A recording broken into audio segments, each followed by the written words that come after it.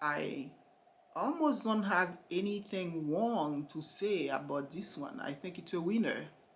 So that's my perspective on Chelsea at night. Hi guys.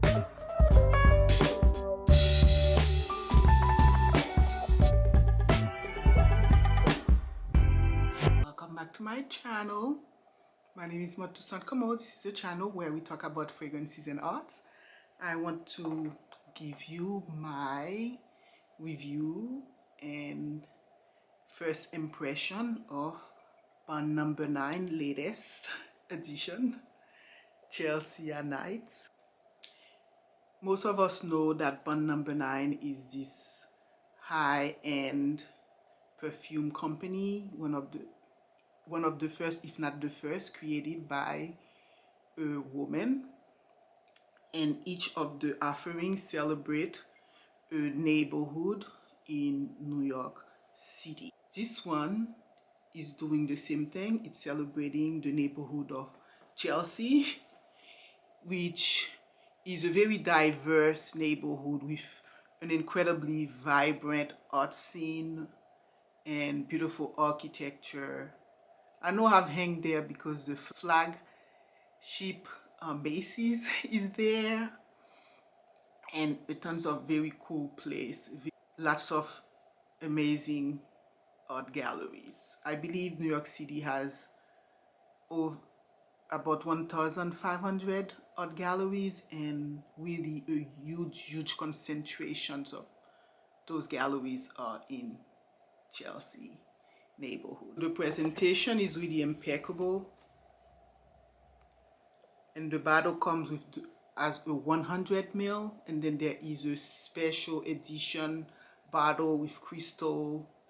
So the price point entry is pretty high, and perhaps if they had the smaller one, it would be perhaps a little bit more affordable. The print itself is meant to really convey sort of the artful scene that you have there, and of course the nightlife, but I understand is also very lively, and I can interject a couple of nice art scene. Even on the street you see some beautiful mural in the Chelsea neighborhood, and beautiful gardens and nice restaurants.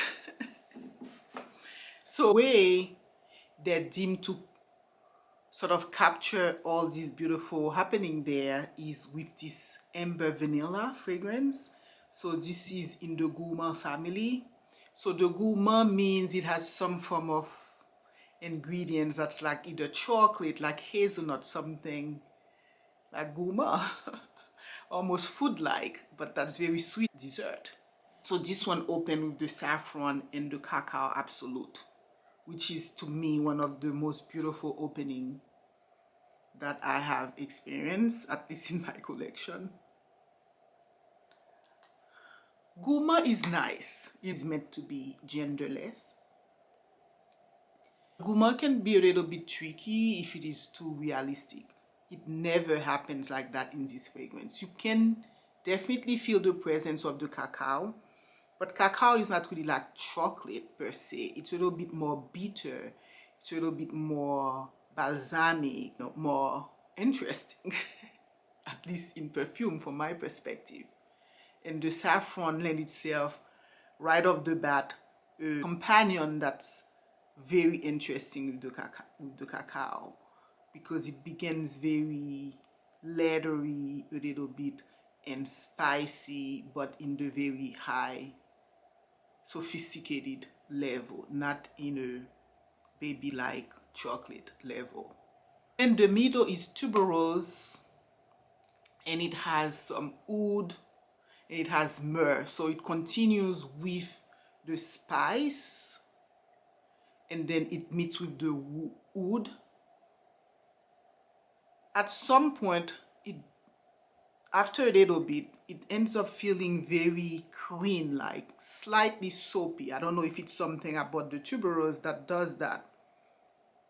Although you never really smell flower in this fragrance. The dominant feel of this fragrance is strong impact from the spice and the wood, and then also the suede that it has in the base. So the base has the amber, which makes everything really smooth, very composed, very beautiful, very sweet and interesting. When amber is done beautifully, it can really make a fragrance be pulled together very, very well, because the amber has, it's really a mixture of labdanum and patchouli and vanilla. But that's not sweet, that's a little bit resinous, that's a little bit very interesting. So amber, is, when it's done well, is always a winner. Amber is a fantasy accord. It's not a note, you don't really find it, it's something that's made. So that's labdanum, vanilla and other things to it, and patchouli. So this one, the base is the amber, the vanilla, patchouli, and some suede. I like to sort of get samples that I am able to compare it with. So I did get a sample of the New York Night. I didn't think they were the same fragrances at all. New York Night is described as a vanilla amber, but New York Night is really beginning with gardenia, jazz, really only on the base that it get warmed up with a coffee note that it has. And that New York Night is really an interesting a fragrance as this one. This one has one theme, really. It almost has a linear theme in a way, because everything get blended together. It's a warm, spicy, amber, woody, gourmand with the cacao fragrance. And all of these notes, I find, ultimately just blend and just remain together. It doesn't really deviate widely. Like, you don't move from the opening in the middle to the base and find that this fragrance deviates a lot. I didn't find that. Ultimately, every moment at this fragrance I find is a great experience. I did pick up a little bit of cleanliness. Some note picks up to it toward the middle that was so clean that it could get a little bit almost slightly synthetic and maybe detergent like a little bit. But thankfully it warms up really fast when the amber picks it up with the vanilla. So although I'm not a big vanilla person, but this fragrance, with everything else that's going on, it never veered to be a vanilla fragrance. Because after all, amber is a combination of vanilla and other things that makes it more interesting than a pure vanilla fragrance. Obviously there's going to be a lot of chocolate, gourmand fragrances out there, and one might fight one a gourmand, always a gourmand. But I think for this genre, I find that this one was done with some elegance, some thought. The oud, for example, is very sophisticated and composed in this one. I have found other oud fragrances in Bond Number 9 is just way out there.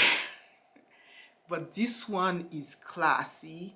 This one is approachable in a hip way, in an interesting way. And I cannot wait to actually experience it going out. Right now I've only been experiencing it just to sort of do the review. So typically you don't experience a fragrance like that. You experience it after you've dressed up and you're hanging with people and you sort of feeling it. I look forward to trying to feel it even more, but right now I almost don't have anything wrong to say about this one. I think it's a winner. So that's my perspective on Chelsea a Night.